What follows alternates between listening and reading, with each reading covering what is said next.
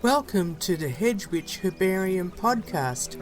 I'm Kelly Proudfoot, and in this episode, which is part 1 of a mini-series called The Dark Side of the Garden, we'll be exploring the poison path, including horrible herbal history and toxic terrors. The duality of good and evil, or light and dark, is a matter of perspective. These energies permeate the earth and everything within it. While any sentient being or organism is only trying to survive, we all have sides to us that can be construed as something other than what it is or what we project. In the plant kingdom, there are multitudes of species and specimens that can do harm, but then it usually requires intervention from another source, like an animal eating them or a human trying to cultivate and use them. Taking evolution into consideration, plants and animals change according to the circumstances they find themselves in, and humans are no exception. Whether trying to protect themselves, gain sustenance, or propagate, plants develop and use a variety of fascinating tricks, such as toxins and thorns, but what's poison to one creature can be ambrosia to another. In this series of posts, I'll be mostly talking about the interaction between plants and humans. While I've called this series The Dark Side of the Garden, some of the plants mentioned here may not be found in a suburban garden. They might occur in tropical rainforests or other countries. They might grow in hard-to-reach places or even cultivated in specialised industries or private gardens and greenhouses to ensure their survival. Some are so common that we use them every day without knowing their dark histories and folklore. So this series or mini-series will have 3 parts, and each part will have sections discussing the following. Part 1 is the poison path, with the sections horrible herbal history and toxic terrors. Part 2 is the dark powers, with sections frightening folklore and spooky spells. And Part 3 is psychedelic specimens.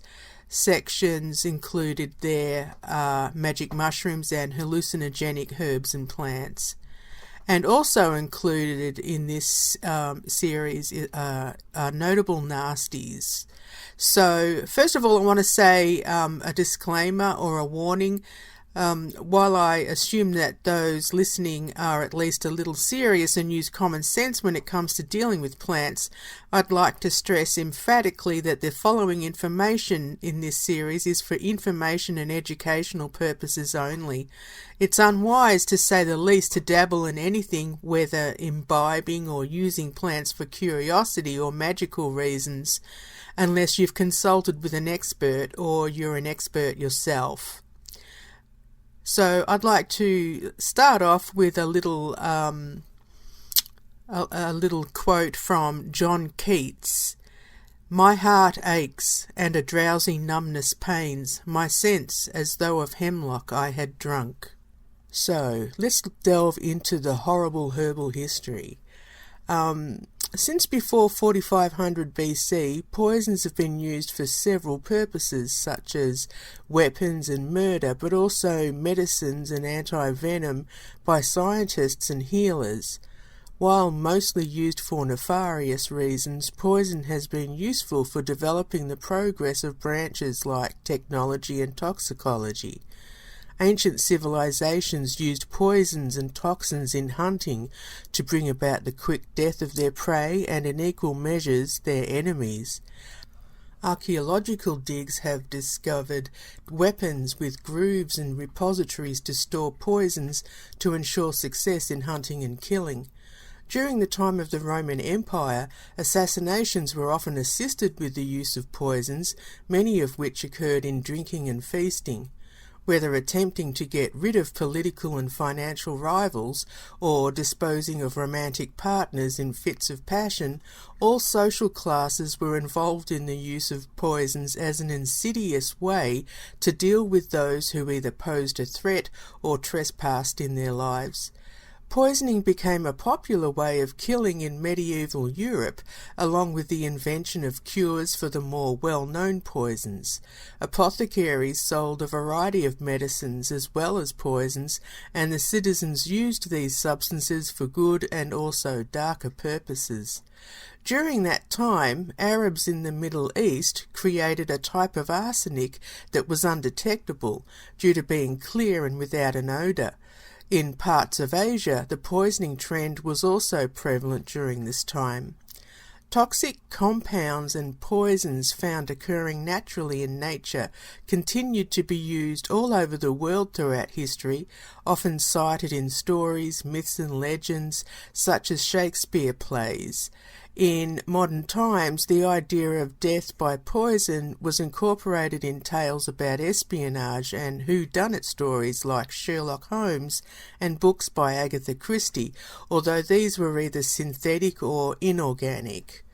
Nowadays, murder by poison is less common. However, accidental poisoning occurs often when people ingest everyday products like cleaning agents, disinfectants and pesticides sprayed on food crops. While poisons are used constructively in labs to create antidotes and cures, some developing countries still use poisons in hunting.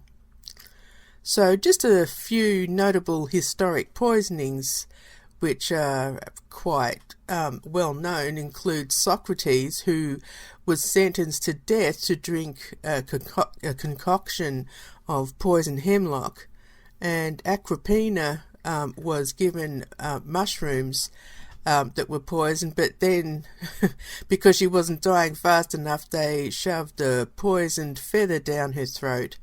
And an accidental poisoning happened with President Lincoln's mother in the United States, Nancy Hanks, who accidentally took a poison and died, which was from the plant white snake root, and it was in the tainted milk that the cows had given after having eaten the white snake root.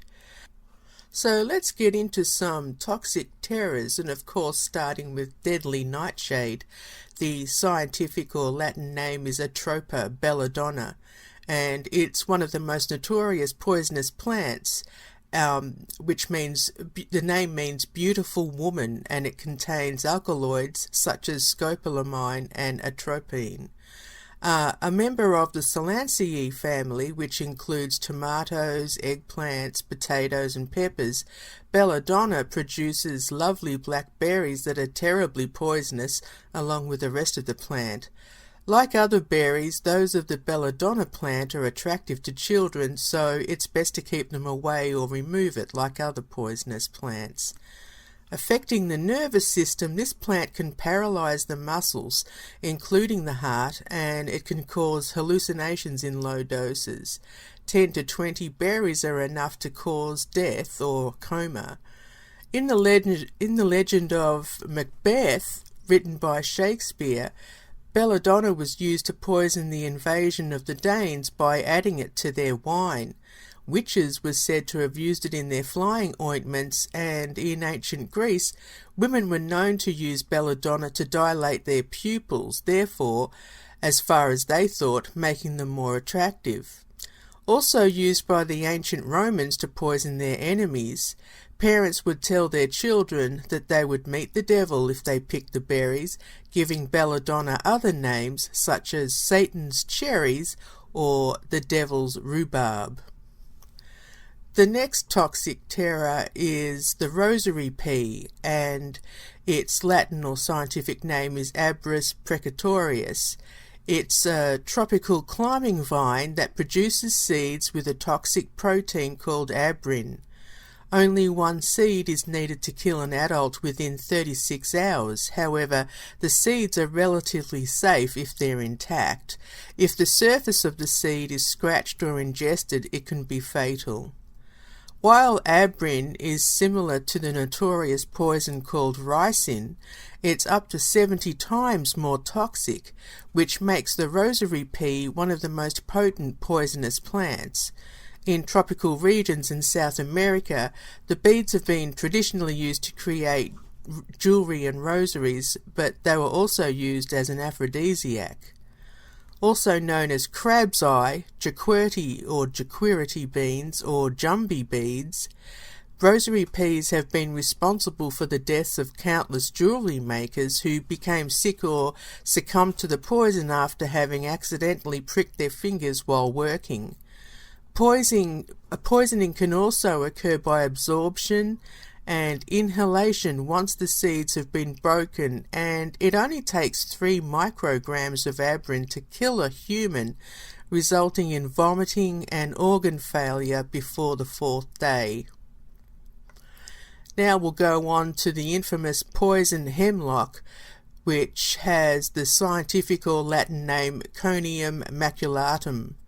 Growing in temperate climates along streams, riverbanks and roadsides, poison hemlock contains alkaloids that target the neuromuscular connections, causing paralysis of the respiratory system, inhibition of the central nervous system, convulsions, coma and death. Once ingested, the symptoms include low body temperature, weak muscles, headaches and vertigo. Only a few grams of the green fruits can cause death, and the most famous cause of death using poison hemlock is, as we've mentioned previously, Socrates, which involves the history of his trial. And he was, of course, a Greek philosopher, or the Greek philosopher to some, in 399 BC. Sentenced to execution for refusing to acknowledge the official gods and corrupting the youth, as he was blamed for, he was given a glass of a hemlock infusion to seal his fate. And some say that Egypt's Cleopatra killed herself by drinking a potion laced with hemlock, rather than the traditional story of her allowing herself to be bitten by asps, which are a species of venomous snakes found in the region of the Nile. In ancient times, there was a society living on the Greek island of Kir, where euthanasia was accepted.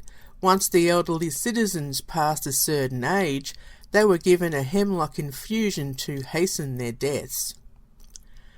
And the next one, which is often confused with poison hemlock, is water hemlock. Its scientific or Latin name is Cicuta maculata. It's been called the most violently toxic plant in North America. Resembling Queen Anne's lace, it's included in the carrot family, and it's a large wildflower that is also confused with celery and parsnip. Water hemlock contains cycutoxin, especially concentrated in the roots, and if eaten, the poisoning starts swiftly with stimulatory effects on the central nervous system, nausea, abdominal cramps, agonizing convulsions, progressive paralysis and death.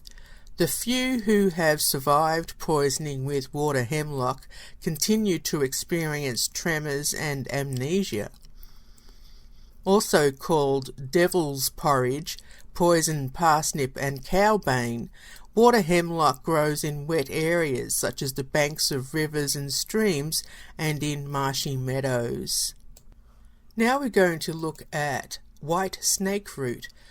Its scientific or Latin name is Agaritina altissima.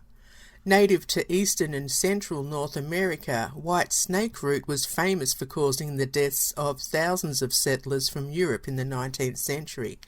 Livestock, such as cows, were eating the plant and passing on the toxins to those who ate their meat or drank their milk. The most famous case, as mentioned previously, involved Nancy Hanks, who was Abraham Lincoln's mother. Known as milk sickness, the toxin called trematol was passed through the milk which Nancy had drunk. The symptoms include nausea, loss of appetite, tremors, stomach pains and vomiting, a reddened tongue, and eventually death. Livestock are also affected by white snake root, including suckling calves, but farmers clear their land of the invasive plant so that the animals can't graze on it. The next plant is the castor bean, which has the Latin or scientific name Ricinus communis. Native to Africa, the castor bean plant is the source of castor oil, and its striking appearance has made it popular as an ornamental plant. Even though the seeds are processed to produce the oil, they contain the poison ricin, which is deadly even in small amounts. Taking only 1 or 2 seeds to kill a child and up to 8 to kill an adult, poisoning results in severe diarrhea, vomiting, seizures and death within 10 days.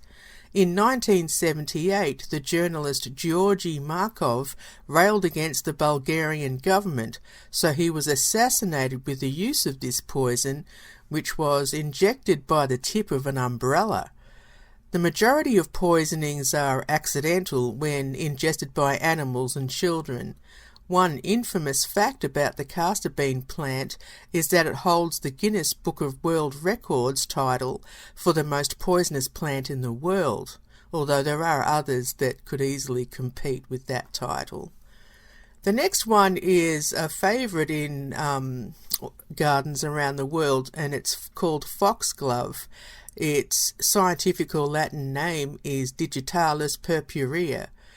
Often included in English cottage gardens and beloved for around the world by everybody who sees them because they're beautiful, foxglove has many folk names including fairy fingers, witch's thimbles and floppy dock. However, this seemingly whimsical plant can be deadly if ingested, even though it's been used as a cure for many ailments.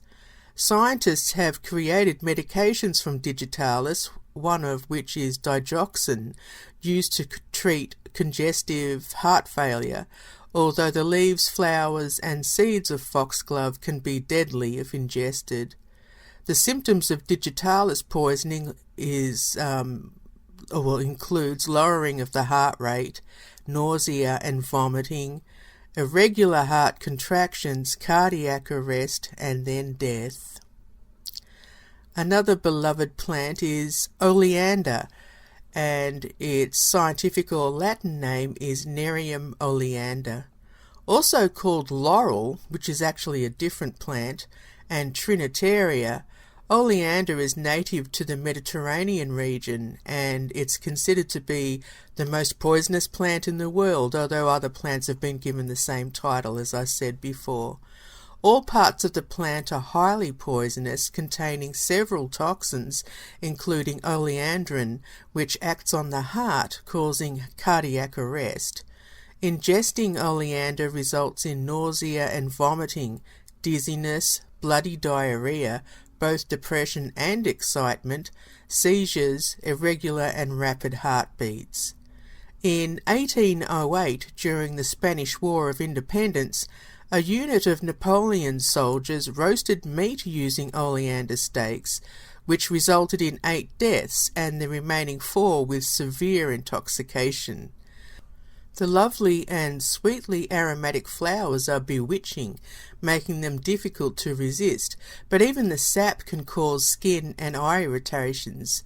The toxins in oleander have also made people ill after eating honey from bees that paid a visit to the flowers. And the interesting thing is oleander is often included in many gardens and even school grounds, so that can be a worry if there are children about who like to pick the flowers and either suck on them to try to see if there's sweet nectar or to play with them and get it on their fingers. The next plant is yew, Y-E-W, and the scientific or Latin name is Taxus baccata. The yew was once called the graveyard tree in Britain, and it's interesting to note that this evergreen has the duality of a good and bad reputation. From death to rebirth and healing, especially in cases involving cancer, which was recently discovered, the yew has a fascinating folklore. Also known as European yew, this tree was used for suicide by soldiers in war times, and there are other cases of this up until recent times. In the time of Caesar and the Gallic Wars, He told of how the chief of the Eburones used yew to poison himself rather than submit to Roman rule. When the Cantabrians were under siege in 22 BC, many of them took their own lives by sword, fire, or the poison from this tree. A member of the Taxaceae family, all parts of the yew are poisonous.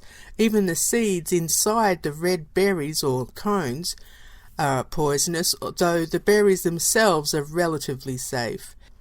European yew is more often used as an ornamental plant, but its rich history of folklore includes the pagan notion that it was a sacred tree due to it being an evergreen.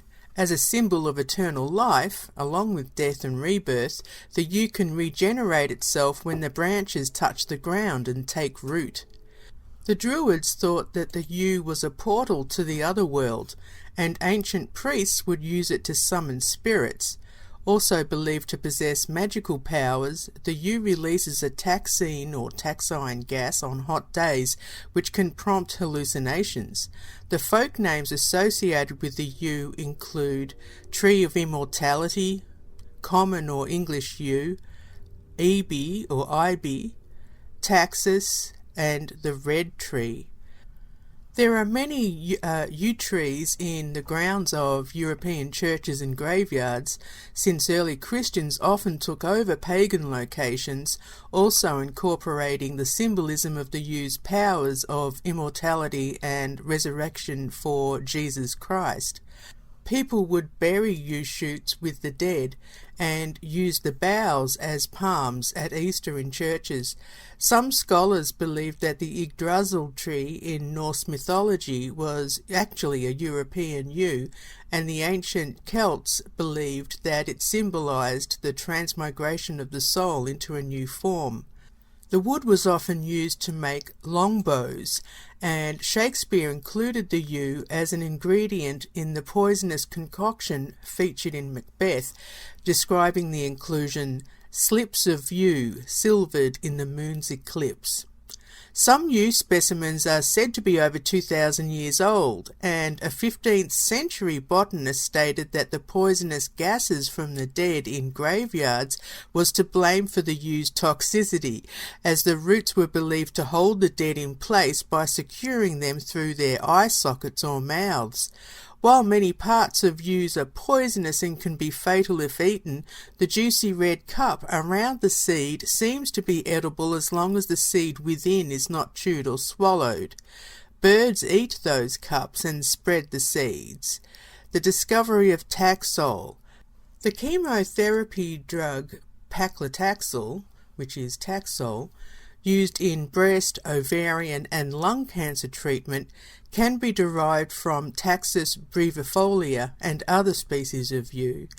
As it was already becoming scarce when its chemotherapeutic potential was realized, the Pacific yew was never commercially harvested from its habitat at a large scale.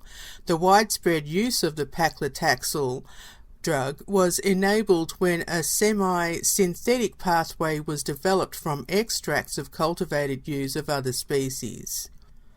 So this is a good time to include some spooky spells from herbs and plants found in the dark side of the garden. For the yew tree, we've just been covering that. It's actually used in magic for banishment and raising the dead. And if you meditate under a yew tree carefully with gloves, take the needles and place them on your altar when conducting a ritual to contact your ancestors at Samhain or Samhain. To ward off evil and break curses, carry dried elderberries and leaves in a sachet or sprinkle them in secret places where you live to avert the evil eye. And as an invocation to Hecate, who is the goddess of the underworld and crossroads, among many other attributes, you can sprinkle, with gloves on again, dried wolfsbane at a crossroads during the dark of the moon to request assistance with shape-shifting. And another spell could be exorcising your demons, either yours or others, by placing a piece of mandrake root in a jar of black coffee or whiskey with a note detailing who or what you're exorcising and bury it somewhere hidden. So, at the moment, could you please excuse my naughty cat in the background using the scratching post? And so with that, we're going to go on to dark powers. And a plant doesn't necessarily have to be poisonous to be used in dark magic. But then again, what is dark magic? Many horror stories tell of black mass rituals, hexes, the evil eye, curses, and many other dark entities and powers. But the idea of dark or black magic is based on folklore and the fears of the unknown. You've probably heard of people who call themselves white witches or light workers, which is supposedly opposite to black magic, but in between there's a large grey area, simply because life is complex and subject to perception and projection. I'm a hedge witch who understands that magic is neither black or white. Of course, intention makes a difference, and while I conduct my rituals with the notion that none shall be harmed, for the most part, it's about changing my own circumstances and following through accordingly. Then again, there's a rich history of dark powers being summoned and used against unwitting people for a variety of different reasons, imagined and real. Whether cursing a neighbour for stealing land or bringing about the end of someone's life, folklore has handed down many frightening tales of how herbs and plants have a mythology of their own. So just a little side note here.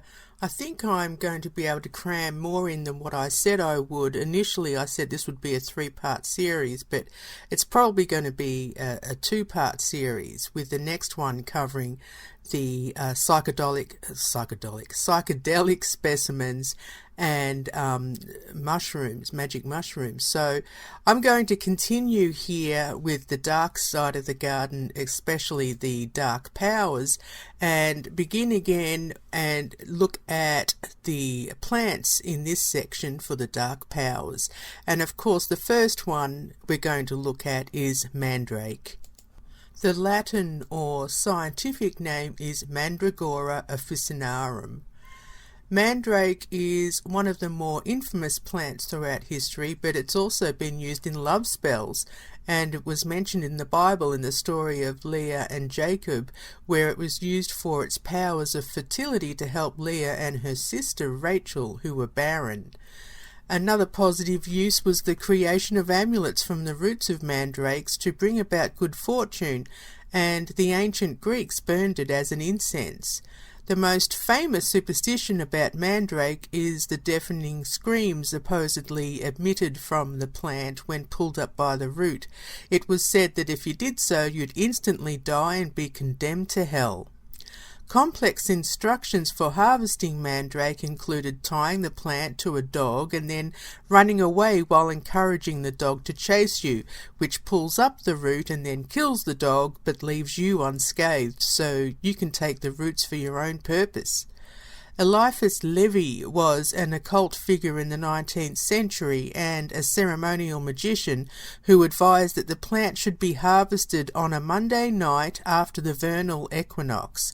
It was then to be buried in a dead man's grave and watered for 30 days with cow's milk, which had been steeped with 3 drowned bats. Then it could be dug up and used after being wrapped in verbena leaves. Mandrake was also an addition in flying ointment used by witches in medieval times for the meetings with the devil or to deliver them into states of euphoria and bacchanalian orgies. Much of the folklore is attributed to the shape of the roots, which are humanoid. Folk names associated with mandrake include Satan's apple, sorcerer's root, brain thief, ladykins, raccoonberry, and manroot. Featured in the popular Harry Potter series, mandrake was considered to be associated with darkness, and folklore suggests that the plant was watched over by the devil. It was said that you could summon the devil to do your bidding by conducting a ritual involved with harvesting the plant. Called Alron, if I'm pronouncing that properly, in Germany, Alraun is spelled Alraun, mandrake was often kept in an ornate wooden box and called the family's familiar. The plant was also mentioned in Shakespeare's Romeo and Juliet, where it was said to cause people to go mad. The next plant we're going to look at with dark powers is wolfsbane. Its Latin or scientific name is Aconitum napellus. One in over 250 species of the, let me see if I can get this right, Ranunculaceae family. Wolfsbane is said to have originated in Asia Minor, according to legend, where its scientific name was derived from Mount Aconitus, located in Pontus. Its mythic origins state that the plant emerged from the spittle of Cerberus, the three-headed dog in Hades. In Ovid's story of Metamorphosis 7, the sorceress Medea was said to have attempted to poison Theseus with aconite, otherwise known as wolfsbane, and in the tale of Metamorphosis 6, Arachne was transformed into a spider when Athena sprinkled her with the same herb.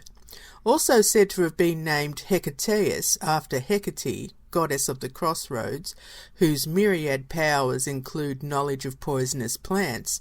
The infamous herb was said to be an ingredient in flying ointments used by Thessalonian witches. Equally beautiful and poisonous, wolfsbane was said to drive away vampires, werewolves, and ironically witches. Thought to be sacred to Thor in Germanic folklore, this plant has a variety of other names, including stormhat or sturmhat and Thor's hat, monk's hood, aconite, devil's helmet, plant arsenic, Dumbledore's, which means bumblebees, delight, leopard's bane, and Cupid's car. Wolfsbane is also sacred to the Hindu god Shiva, who's said to be, among other things, the god of poisons, and in Christian iconography the plant is used to symbolize death. Used in the plots of stories such as the Harry Potter series, where the werewolf Remus Lupin drinks a concoction containing wolfsbane to control his transformations, it's associated with shape-shifting and invisibility. The latter use was brought about by carrying the seeds in a lizard skin to avoid being detected. The ancient Greeks used the herb to kill wolves by poisoning their bait, and other traditions used it in poisoned darts and spears to bring down their prey. Some say that the Nazis poisoned their bullets with aconite. Wolfbane's mythology involves its powers of transformation, death and rebirth, but also protection from nefarious sources. Witches were said to have used the poisonous juice along with other nightshades on flints called elf bolts to ward off their enemies. Sometimes associated with Mars, the god of war, for its helmet-shaped flowers, wolfsbane is also used in rituals involving animal totemism, especially where transformation is the focus, as well as journeying into the underworld and the summoning of spirit hounds to protect and guide the practitioner. Now we're going to look at one of my favourites in the garden, which is elderberry. Its scientific or Latin name is Sambucus nigra. While elderberries are used as a tea, syrup and tincture for building immunity, among other positive uses such as elderberry wine, the elder tree has long been considered to bring about bad luck. Throughout history, the folklore associated with the tree stated that a witch resides within it. This is why warnings against using the wood for fires or burning the tree advise that to do so would encourage the fury of the witches and other dark entities. It was also said that using the wood to build cradles would give the witches access to the baby, allowing them to harm the child, or fairies would pinch the baby until black and blue. Growing an elder tree next to your door was said to invite witches into the home, but contrary to the previous warnings, children used to make flutes with the wood from the branches after removing the pith. Others warned that making furniture from the wood would curse you to be haunted.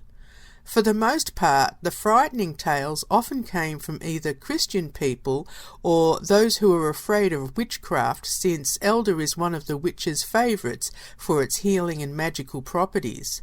Having associations with the fairy world, especially in Celtic lore, elderberry is called tremen on the Isle of Man and is usually called the fairy tree, although it was thought to be haunted by demons in Ireland. In relation to its use for flutes or whistles, the scientific name of sambucus comes from the Greek word sambouk for musical pipe. Other names for the elder include black elder, old lady, tree of doom, bat tree, elhorn, pipe tree, elhurin, or lady elhorn. Some people still uphold the superstition surrounding the elder tree in northern Europe and may refrain from cutting it down or burning it. It was said that falling asleep under the elder would cause you to see fairies, but it might be due to the scent of the flowers, which contain a mild sedative that could explain the vivid dreams that ensue. One legend states that the tree is associated with the devil, and other tales advise that the crucifixion cross that Jesus was nailed to was made of elder wood. This myth continues with Judas Iscariot, who supposedly hung himself from it. Some stories say that to cook your food over a fire from elder wood is to invite the devil in and to make your food inedible. Elder was used in burial rites in ancient Britain, and it was said that the red sap that comes from cuts on the tree was evidence that spirits were living inside it. To ensure your safety, if the tree must be cut down or if the wood is needed, you would recite the following while kneeling in front of the tree to allow the spirit time to leave. Lady Elhorn, give me of thy wood, and I will give thee of mine when I become a tree. The elder is said to have powers of exorcism and protection against sorcery or curses. If you make flutes from the wood, it's believed that you can create music to summon spirits if done at midnight in a private space away from other humans. Okay, so what I'm going to do is end it here, and the next episode will include the psychedelic specimens as well as magic mushrooms and notable nasties, just to spread it out but not over 3 episodes. So thank you for listening, and I look forward to joining you again very soon within the next week. And until next time, blessed be.